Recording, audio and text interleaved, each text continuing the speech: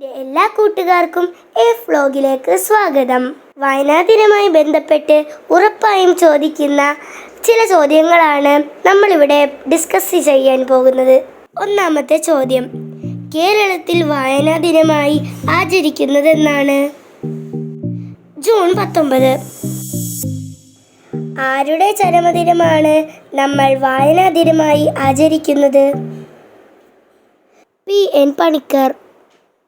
P.N. പണിക്കരുടെ പൂർണ്ണനാമം ഏത്? പുതുവായിൽ നാരായണ പണിക്കർ. വായിച്ചു വളരുക, ചിന്തിച്ചു വിവേകം നേടുക എന്ന ആരുടെ സന്ദേശമാണ്? P.N. പണിക്കർ. കേരള ഗ്രന്ഥശാല സംഘത്തിൻ്റെ സ്ഥാപകൻ ആരാണ്? P.N. പണിക്കർ. P.N. പണിക്കർ ജനിച്ച വർഷം ഏത്? 1909 മാർച്ച് 1. ദേശീയ വായനാ ദിനമായി ജൂൺ 19 അംഗീകരിച്ചത് ഏതു വർഷമാണ്? 1996. കേരള ഗ്രന്ഥശാല സംഘം രൂപീകൃതമായ വർഷം?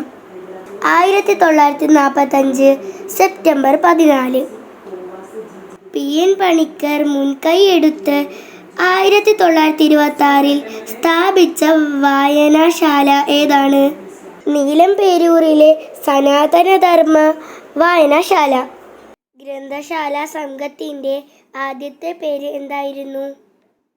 അഖില തിരുവിതാംകൂർ ഗ്രന്ഥശാല സംഘം.